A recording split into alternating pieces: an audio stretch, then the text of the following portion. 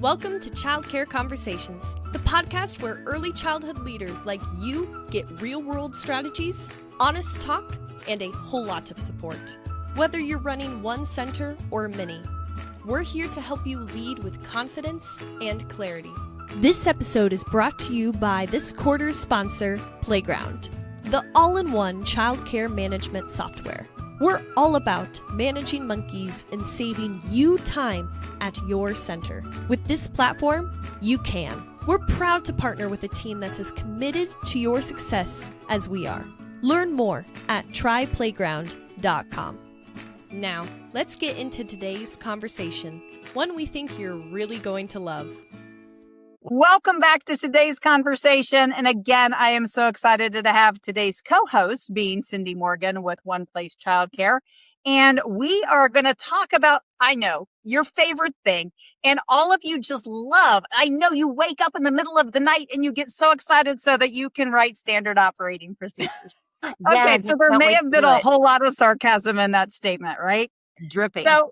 But here's the thing, Cindy. One of the things that we hear all the time is that folks don't have them or they're up here. My favorite is they're up in their head, right? Like, so the owner knows the standard operating procedure or the director does. Or it's not written down because my staff is very experienced and they've been doing it a long time. They know what to do. They absolutely know what to do. But here's the thing. Sometimes they don't know that checklist that goes to that SOP, that goes to that policy, actually goes to a licensing regulation component. So let's talk about how people generally make SOPs, what pieces they might be missing, and let's give some tips. What do you think? I think that sounds like fun. I think it sounds great because I'm a regulatory nerd and my job is to read the regulation, break it down into regular person speak. Tell me, Cindy, when I read this regulation, what do I have to do? What has to be done? When do I need to do it? Who has to do it? How often does it have to be done? When do I need to redo it?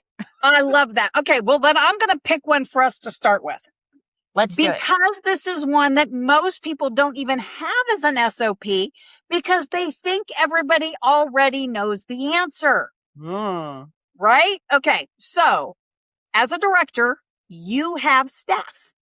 Your staff are required in all 50 states, across Canadian provinces, like everywhere. People are required to have training. And they're required to have background checks. I know. They are. Right? So it seems like this should be an easy one. But every person we've talked to in the last couple of months do not actually have a standard operating procedure on how and when people are supposed to have their training certificates or training hours or trainings done. I run into people every day who don't actually know how frequently the background and fingerprint checks have to happen. Most people know, in theory, that their CPR and first aid have to be updated every year, every 2 years. But they may or may not know exactly for them when that is. And even more, if you run multiple locations, you probably don't know how many staff and when their different trainings are coming up. So with that massive story and example, how do we tie that back even to minimum standards or to state compliance? Here's one of the things we uncovered. So we, as you know, Kate, I explained to you and I've been telling people kind of all around at different conferences, we did a deep dive into violation data across the 50 states. We don't have all 50 states, I'll be honest, but we do have a large plethora of violation data across about 35 to 40 states. We're building a data warehouse of them. One of the things that comes up as a violation, and many of our advocacy organizations are trying to get this to not even be something that can be written as a violation or a citation, but it's almost all childcare gets a violation or citation around staff records and around staff training. Why? Well, because the requirements are different depending upon where that person is located. where in their career they are. So the requirements for the first time you go to work in childcare are different from ongoing requirements, right? And then you have to track from date of hire through 365 days. And then that clock starts over. And how, with all the other things that a childcare director is doing, can they keep track of not only do I have all the documents in the staff folder I'm supposed to have without any of them being expired, but how do I know where in the training cycle each of my employees is as far as, let's say, the standard is 45 hours in an annual basis. What I want is something that says to me, Susie Jones, 12 out of 45 hours complete. Margaret Mason, 30 out of 45 hours complete, right? That way I have a dashboard, something reporting to me. Where are they in that annual training completion cycle? Well, and with that, I mean, we all find, even knowing our own, and I will be honest, I thought about looking it up today and I didn't. So I don't even know when my own CPR and first aid expires. Partially because for decades I was an instructor and I just was like, I don't ever have to worry about it because I'm always teaching a few classes a year. However, I haven't been an instructor since 2020. And so it's like, I have this feeling that Darn, I wish I you were. might You could have done actually be mine too. expired, but I didn't get an email. And I think that that is something that, so in Texas, we have a depository where if you go to a conference, those conferences can automatically just put all your digital certificates into a portal for you personally, assuming that you take a picture of the QR code and say you were here, right? And so you can also upload all your trainings to that same depository, which is great, but it doesn't segment out by year. So if you go into mine right now, you have literally 7 years worth of content, which can be a little heavy to have to deal with, right? Like if I'm looking for a specific course. So it doesn't group it by the types of courses or the topics. And so I still don't know if I got the right stuff, or when my right stuff might expire. So like my CPR and first aid, right? Like it expires every 2 years. But if I need 35 hours, I could potentially have 70 certificates in my portal before I get to my CPR and first aid that I uploaded last year. Absolutely true. And all that paper, like that's a lot. It's a lot to keep track of. And then if you're managing, let's say for a small center, you've got 10 employees. Now you've just 10x'd the number of checks you have to do to make sure that you can open up your center and that all your training requirements are done. Yet another good reason. We have first time training requirements. We have annual training requirements. We have requirements based on if you drive the van, if you work with infants, if you're an administrator, right? You know, absolutely true. If you're a teacher and you're a preschool teacher, get yourself out of those infant toddler classes legally, at least in the state of Texas and at least in Georgia. You need to be taking training that is appropriate for the age classroom you're in. So keep that in mind. And if you're an owner or you're a director, go get appropriate training for you. If you've got a bunch of staff that are having some issues with maybe behavior, maybe you need to go find a behavior coach training. And if you don't know anybody, let us know. We'll hook you up with some folks, depending on where you are in the country and exactly what the real issues are. Because sometimes maybe what you need is an occupational therapist or a consultant. Maybe you need to learn how to coach your staff. Maybe you have staff who need to learn how to coach your coaches. But anyway, like we said, I have a question for you, Kate. Uh-oh. Because almost all of the childcare owners and directors that I speak with are also doing some internal training. Mm-hmm. How does that work as far as, can that be counted as training hours? toward the licensing requirements? Yes? No? I think there's a lot of confusion out there. I think that's a great question, because I'm going to tell you, and first of all, I'm going to make sure that I say this, right?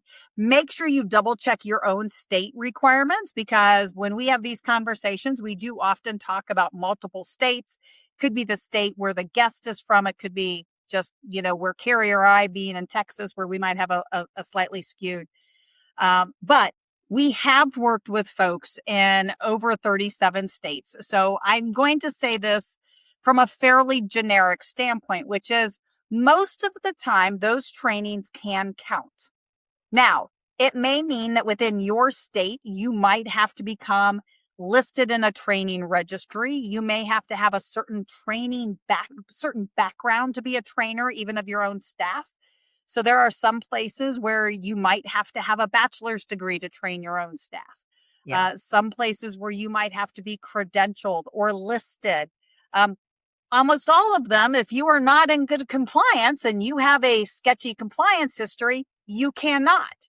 Okay. Ooh. So for example, Carrie and I actually got called to a city in the northern part of Texas last year to provide all of their staff training, because the director, although it was a new director, the previous director was not in compliance. And so when this person took the job and they weren't in compliance, it became a major, major red flag, even though for that person it was a first time. They were quickly told they could not provide any of the training. Interesting. So we were hired to come up and do all of their staff training at all the different levels over the course of several days, which was a great opportunity to have some real conversation. However, it did them all a disservice, because, we can only train so many different types of topics to as many different types of groups, right? So we can only teach 2 workshops at a time. And we did, and we had a great time doing it. But as the owner, go find yourself another owner in town, because your staff aren't going to listen to you anyway. They're going to listen to the other owner before they're going to listen to you. Yeah. And their staff are going to listen to you before they're going to listen to her or to them.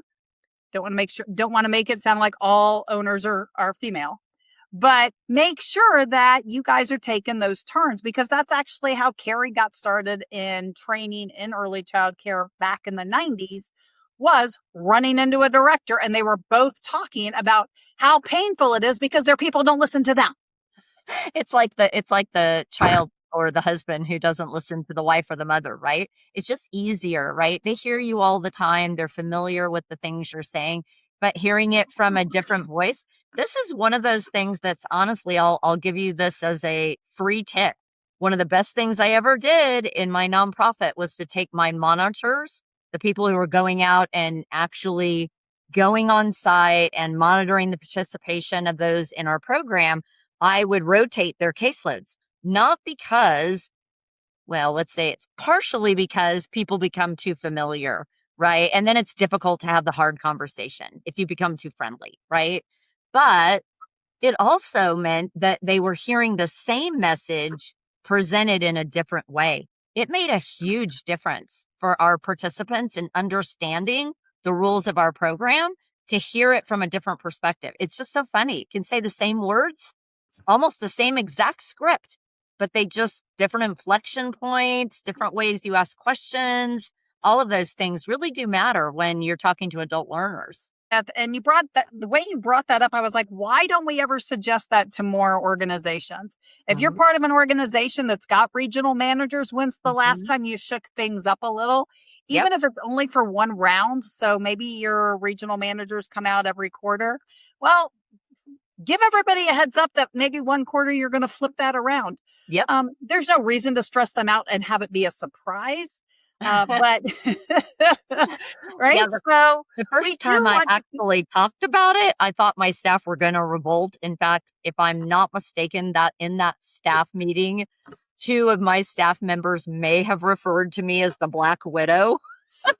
But full circle moment, because about 2 or 3 years later, those same team members acknowledged that they could see a difference in the way our program participants were complying. Like their Their food program reimbursements were going up because they were actually understanding what the expectation was, what the training was.